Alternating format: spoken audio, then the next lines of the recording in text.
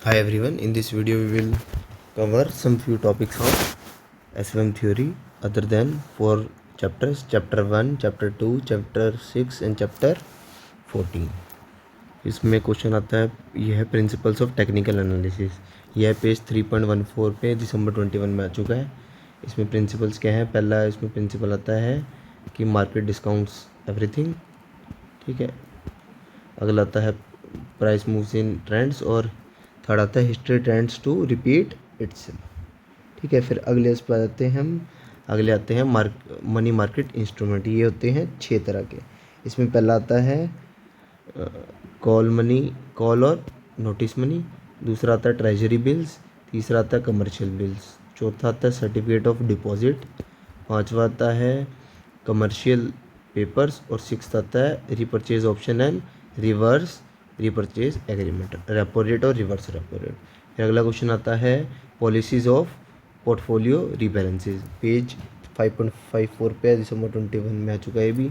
Bye and hold property, constant mixed policy, और तीसरा आता है कॉन्स्टेंट प्रोपोर्शन इंश्योरेंस पॉलिसी। फिर आता है क्वेश्चन 4 और question 5 exchange traded funds, page 7.12 पे, और ट्रैकिंग एरर्स पेज 7.18 पे। फिर अगले आते हैं टाइप्स ऑफ स्वैप कॉन्ट्रैक्ट्स। इसमें 4 तरह के कॉन्ट्रैक्ट्स होते हैं, ठीक है। इसमें 4 तरह के कॉन्ट्रैक्ट्स हो गए।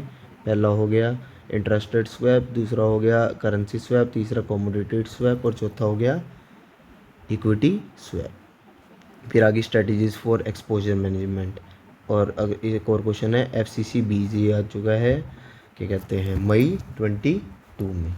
FCC बीज जो है इसकी फुल फॉर्म है फॉरेन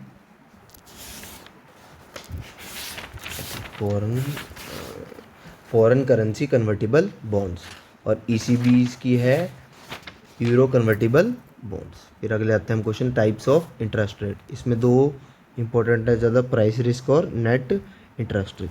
वैसे इसमें 7 तरह के हैं। पहला आता है इसमें गैप एक्सपोजर, दूसरा आता है,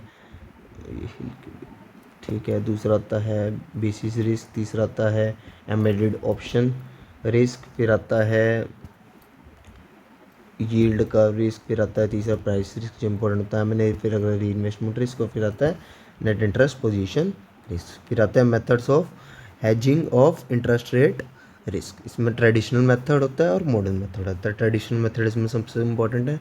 उसमें आता है एसेट एंड लाइबिलिटी मैनेजमेंट और फॉरवर्ड रेट मैनेजमेंट, ठीक है। फॉरवर्ड रेट मैनेजमेंट और एसेट एंड लाइबिलिटी मैनेजमेंट। फिर आते हैं मॉडर्न मेथड्स। इसमें आते हैं 3 तरह के interest rate futures, interest rate options और इंटरेस्ट रेट स्वैप्स, ठीक है।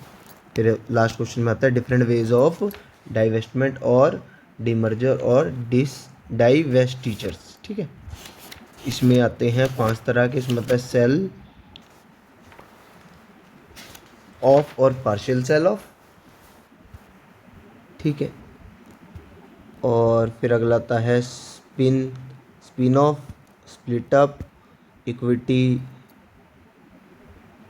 कार्व आउट्स और डी मर्ज, ठीक है। ये हो गए 5 तरह। ये जो है फॉरवर्ड रेट मैनेजमेंट नहीं, फॉरवर्ड रेट इसमें है एग्रीमेंट,